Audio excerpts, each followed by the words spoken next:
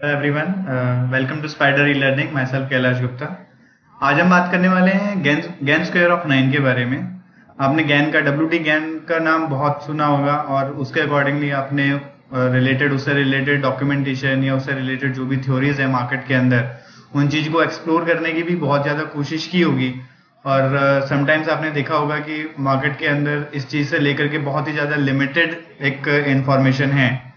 तो आज हम उसी के अंदर एक टॉपिक को कवर करेंगे, गैन स्क्वायर ऑफ 9, जिसके अंदर आपका जो कैलकुलेशन होता है वो आपको आपके सपोर्ट और रेजिस्टेंस या टारगेट सेट करने के लिए या स्टॉप लॉस सेट करने के लिए आप उस चीज को आइडेंटिफाई करने के लिए यूज करते हैं। तो बेसिकली हम गैन स्क्वायर ऑफ 9 को एक आज समझते हैं कि वो किस तरीके से आपका काम करता है। तो यहाँ देखिएगा, गैन स्क्वायर ऑफ 9 के अंदर मैंने कुछ पॉइंट्स लिखे हुए हैं जिससे आप बेटर अंडरस्टैंडिंग कर पाए। इसके अंदर आपका ये सपोर्ट रेजिस्टेंस लेवल के अकॉर्डिंगली वो बेस्ड रहेगा आपका। प्लस में इसके अंदर कुछ डिग्री ऑफ एंगल्स होते हैं जिसके अकॉर्डिंगली आपके जो लेवल ऑफ सपोर्ट रेजिस्टेंस जो होते हैं वो कैलकुलेट किए जाते हैं। जैसे यहाँ पर जो दिखा हुआ है 0 डिग्री से स्टार्ट होता है, वो 45 डिग्री पे आपका पहला आपका वो रहेगा जो एक टारगेट पॉइंट है। फिर 90 डिग्री, 135, इस तरीके से टोटल एक सर्कल पॉइंट ऑफ व्यू से अगर हम बात करें तो 0 से 360 डिग्री के एंगल के अकॉर्डिंगली हमारे पास 8 लेवल्स हो सकते हैं डिवाइडेड, जो हमने इसके अंदर बनाए हुए हैं, जो गैन स्क्वायर ऑफ 9 के अकॉर्डिंगली हमारे यहाँ पे कैलकुलेटेड होते हैं।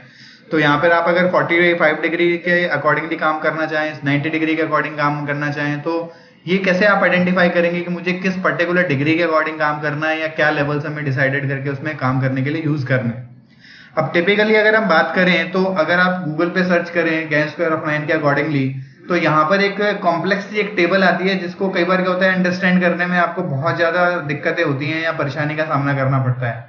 लाइक किस तरीके से, अगर सपोज करो हमने एक पर्टिकुलर स्टॉक का एक लेवल डाला, सपोज 5100 पे कोई स्टॉक ट्रेड कर रहा है, तो उसके अकॉर्डिंगली हमने वहां पर आइडेंटिफाई किया। तो यहाँ पर 5100 LTP के अकॉर्डिंगली मेरे पास जो सबसे पहला जो एक टारगेट आएगा वो आएगा आपका 5112, जो कि इसके अंदर आपका इसके अंदर जो एक एक्सटेंडेड लेवल जो रहेगा वो 5112 रहेगा। और उसके बाद वो वहां पर जाएगा आपका 5148।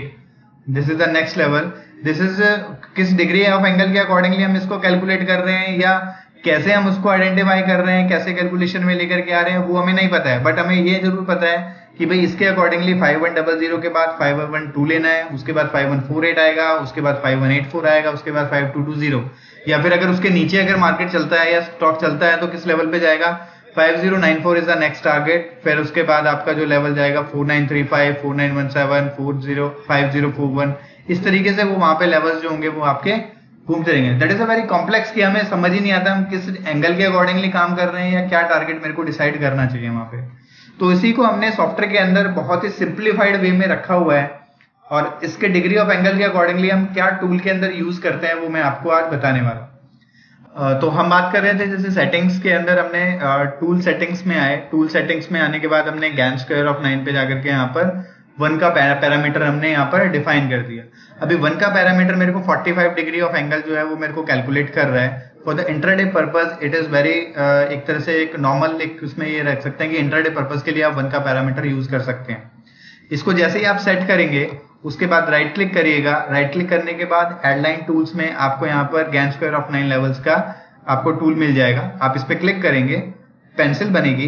अब आपने जैसे हम अभी निफ्टी के ऊपर कैलकुलेट करना चाह रहे हैं, पहली कैंडल या फिर जैसे जो आज के दिन की हम वैल्यूएशन कैंडल कैलकुलेट करना चाह रहे हैं, तो पहली कैंडल पे आएंगे और हम क्या करेंगे, H प्रेस करके एक सिंगल एंटर, डबल एंटर जो है वो हम कर देंगे वहां पर।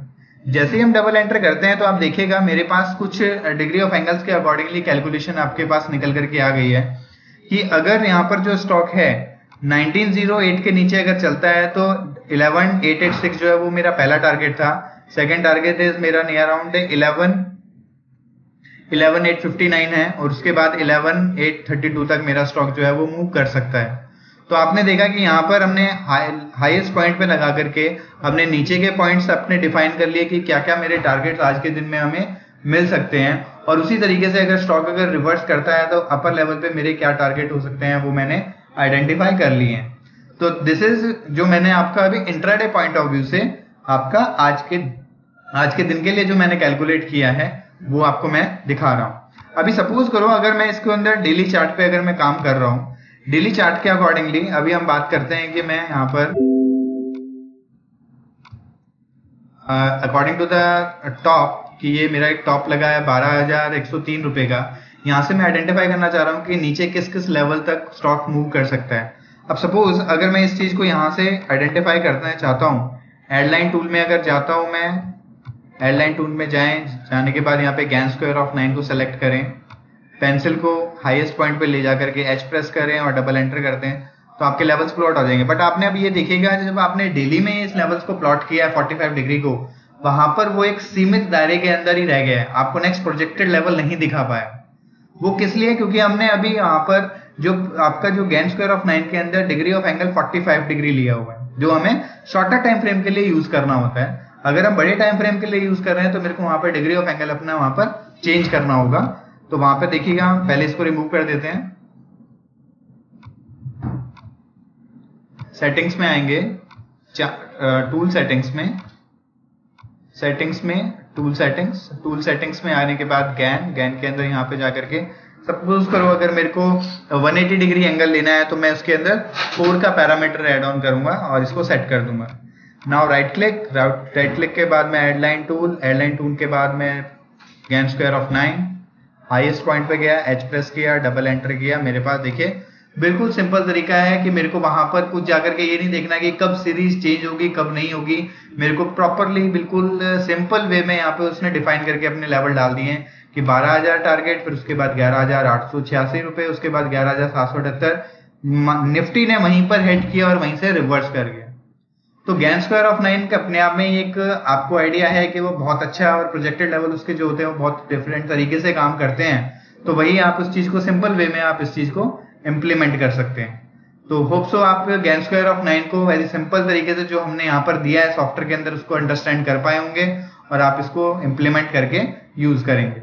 आप इस वीडियो को अगर आप पसंद किया आपने तो आप इसको शेयर कर सकते हैं, लाइक कर सकते हैं और हमारा चैनल सब्सक्राइब करना ना भूलें। Thank you.